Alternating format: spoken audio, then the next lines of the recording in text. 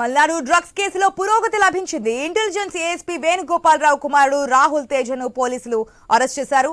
Nizamabad drugs కేసులో రాహుల్ ను సూత్రధారిగా పోలీసులు భావిస్తున్నారు. మల్నాడు రెస్టారెంట్ ఓనర్ సూర్యతో పాటు మరొకరితో కలిసి రాహుల్ డ్రగ్స్ బిజినెస్ చేస్తున్నట్లుగా గుర్తించారు.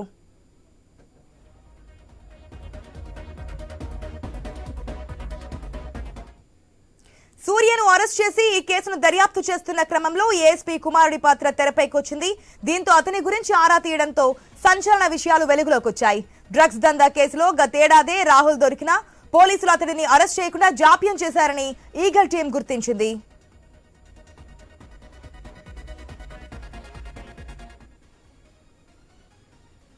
మనం చూస్తున్న మల్నాడు డ్రగ్స్ కేసులో అయితే పురోగతి లభించినట్టుగా తెలుస్తోంది. ఇకంగా ఇంటెలిజెన్స్ ఏఎస్పీ వేణుగోపాలరావు కుమారుడు రాహుల్ తేజ పాత్ర కూడా దీంట్లో ఉందని చెప్పి తెలుస్తుంది. పూర్తి అప్డేట్స్ మా ప్రతినిధి ప్రవీణ్ ద్వారా తెలుసుకుందాం. ప్రవీణ్, సాధారణంగా ఇట్లాంటి డ్రగ్స్ లేదంటే గనక చెయ్యకూడని పనులు చేస్తున్నప్పుడు హెచ్చరించాల్సిన బాధ్యత, శిక్షించాల్సిన బాధ్యత పోలీసుల మీద ఉంటుంది. కానీ అటువంటి ఇంటెలిజెన్స్ ఏఎస్పీ కుమారుడే ఈ విధంగా డ్రగ్స్ కేసు సంబంధించి దొరకడం లేదని, దాంట్లో ఇన్వాల్వ్ అయ్యాడని చెప్పడం ఏ విధంగా చూడొచ్చు? డీటెయిల్స్ ఏంటి? ఆశ, అయితే మల్నాడు డ్రగ్ పార్టీ కేసులో అయితే సంచలన విషయాలు వెలుగులోకి వస్తున్నాయని తెలుస్తుంది. అయితే అదేవిధంగా తెలంగాణ ఇంటెలిజెన్సీ అడిషనల్ ఎస్పీ వేణుగోపాలరావు కుమారుడు రాహుల్ తేజను కూడా ఈగల్ టీం అయితే కొత్తగా ఏర్పడినటువంటి ఈగల్ టీం ఈ యొక్క డ్రగ్స్ పెనుభూతం పైన ఈగల్ టీం అయితే ఒక మార్పును తీసుకొస్తుందనే ఉద్దేశంతో దాన్ని కొత్తగా ఏర్పాటు చేయడం జరిగింది. నిజామాబాద్ లో గతంలో దొరికినటువంటి డ్రగ్స్ కేసులో రాహుల్ ని సూత్రధారిగా కూడా పోలీసులు అయితే భావిస్తున్నట్టు తెలుస్తుంది. అదేవిధంగా మల్నాడు ఓనర్ సూర్యతో పాటు మరొకరితో కలిసి ఈ యొక్క రాహుల్ తేజ డ్రగ్స్ బిజినెస్ చేస్తున్నట్టు కూడా ప్రాథమికంగా పోలీసులు అయితే గుర్తించడం జరిగింది.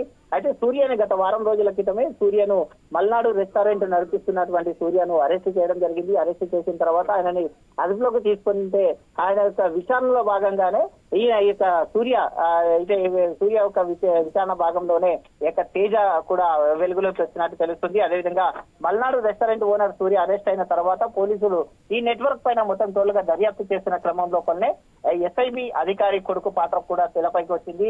ఈ యొక్క ఎస్ఐబి అధికారి కొడుకు ఉన్నాడని తెలవగానే పోలీసులు కూడా అవాక్కైనట్టు తెలుస్తుంది.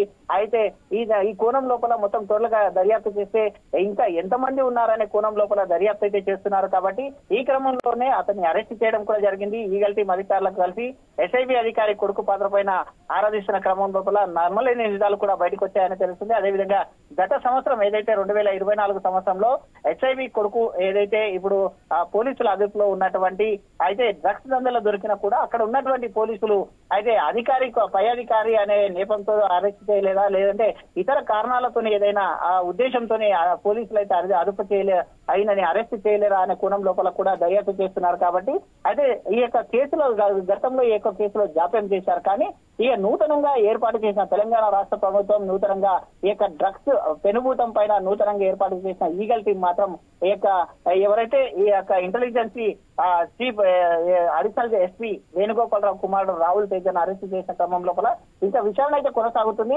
ఈ టీంలో ఇంకెంతమంది ఉన్నారు, ఎవరెవరికి డ్రగ్స్ సప్లై చేశారు, వీళ్ళకు డ్రగ్స్ ఎక్కడి నుంచి వస్తుంది, వీళ్ళకు విదేశాలతో ఏమైనా సంబంధం ఉందా, వీళ్ళకు పబ్బులతో ఉన్నటువంటి సంబంధాలు ఎక్కడ ఏ విధంగా ఉన్నాయి అంటూ కోణం లోపల కూడా పోలీసులు ఆరా తీస్తున్నట్టు తెలుస్తుంది. ఈ యొక్క డ్రగ్స్ అయితే మొత్తం టోటల్ గా కూడా దొంగ కదిలినట్టుగా అనిపిస్తుంది. ఆ మొత్తం పెద్ద ముఠ వీళ్ళ వెనక ఉండి నడిపిస్తున్నటువంటి ముఠ ఎవరు అనే కోణం లోపల కూడా ఈగల్ టీం అయితే ఇంకా ఆధారాలు సేకరిస్తున్నట్టుగా తెలుస్తుంది. Right Praveen, thanks for the update.